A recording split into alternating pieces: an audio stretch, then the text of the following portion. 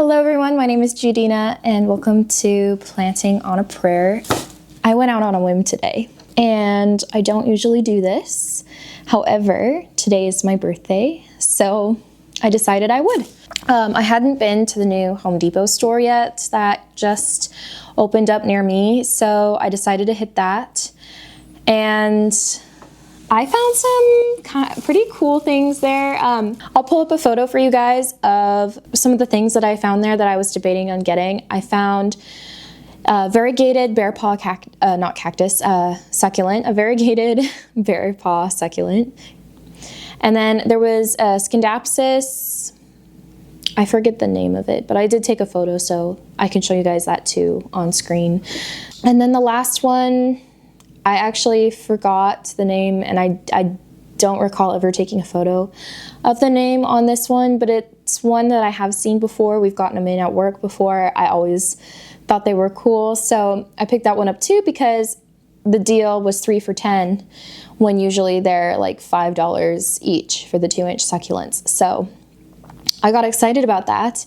But I was like, oh, I still haven't looked around at all the other plants yet, so I'm gonna do that. And I did find a couple of really cool plants, and let me show them to you now. Oh, but before I get started, I did wanna mention these are proven winners, and I am super impressed with how Proven Winners has amped up their houseplant game.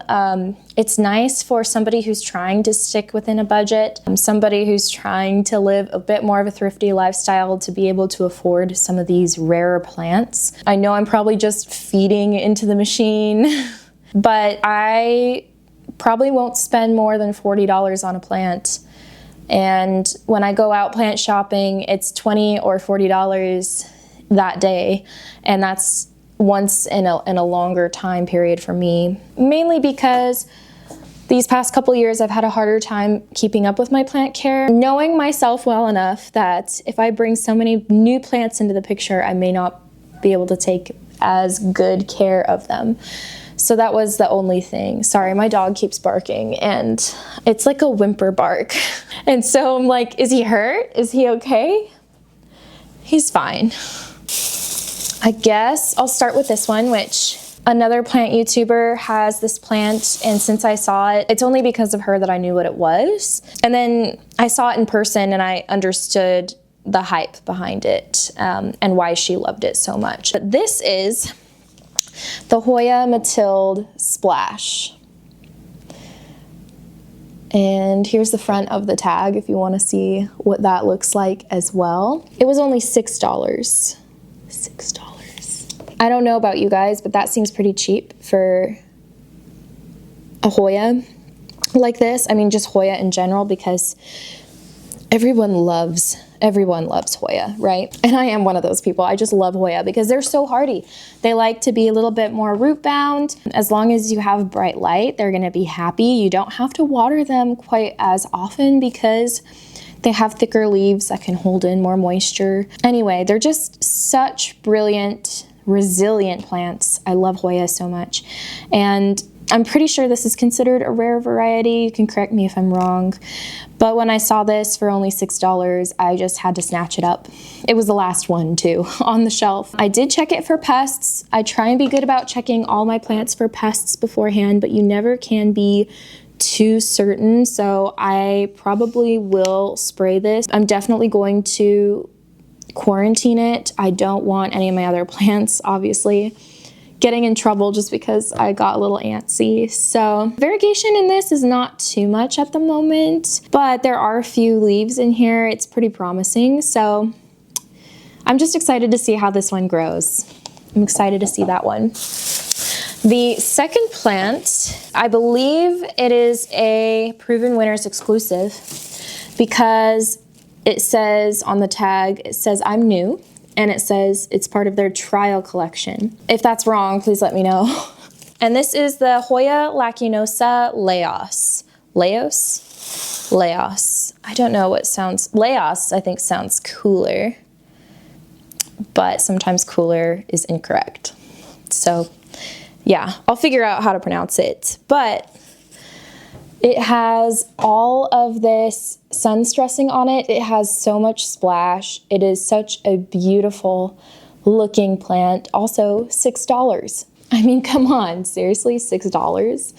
This is amazing. And I know I shouldn't be feeding into like the big box store plant purchase thing. It's usually better to support your little mom and pop stores when you can. Anyway, I just thought this was a super cool Hoya. I thought if I had to choose between the succulents and the Hoya, I'm gonna choose the Hoya because number one, they're really cool. Number two, I know how to care for them. Anyway, yeah, that's my little plant haul, my little birthday plant haul today. I did want to show you something else I got too. I decided to hop across the street to D&B because it is also a newer store. I'd only been there like a couple times previous to today. And they had a whole greenhouse with a houseplant section I got super excited about this last summer. But when I went back today, it was so sad. It was so sad. Their greenhouse was down. I didn't realize that for them it's only a summer thing, even though the whole thing is pretty much literally just houseplants. So that kind of confused me because I would go to D&B to look at nothing but houseplants. Hello, editing Judeana here, just chiming in. The reason why I was kind of shocked that they don't continue their houseplants in the wintertime is because at work we do. We actually amp up houseplants at work in the fall and the wintertime because we can't sell outdoor plants. And anyway, that's just part of why it shocked me. I was like, oh, they have a greenhouse. Greenhouses stay warm in the winter. What are they doing? I don't know. Maybe it was just too expensive for them in their first year to leave it up just for houseplants in the wintertime or something. But anyway, it just surprised me. And maybe in the future, it'll change. Who knows? Hi, Sam. He's a good boy. Yeah, okay. Back to the video. They did have a small houseplant section. It wasn't even really a section. It was just like an island, like one shelf. So I did look at that, but there wasn't anything really striking on there. There was a Ficus triangularis, which I've been wanting one of those, but I want to get more of a mature one. It is a wish list item for me. I don't have a lot of light in my house, so I do think I would have to do some supplement lighting for some of those other bright light plants. I know behind me are a bunch of orchids I just did up, but I don't feel guilty about trying with those because those I got for free. Anyway, here's what I got at D&B. It's not a plant, but it's still really cute, and you might just be able to appreciate it as much as I do. So if you don't know, I am pregnant, and finding things to wear has been a little bit more difficult.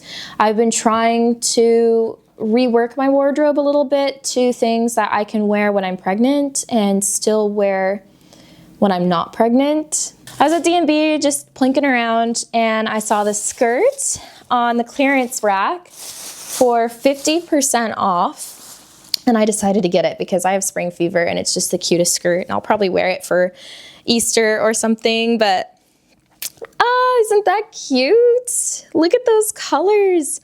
And I didn't check the material. I have been wanting to move more towards cotton. It's usually better on your skin.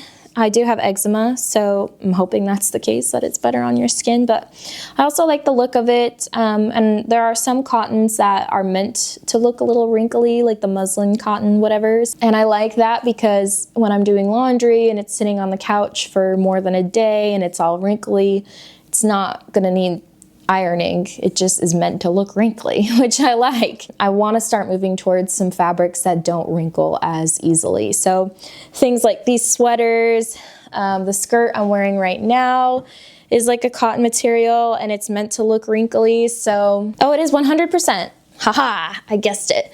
100% cotton. Oh, that makes me so happy.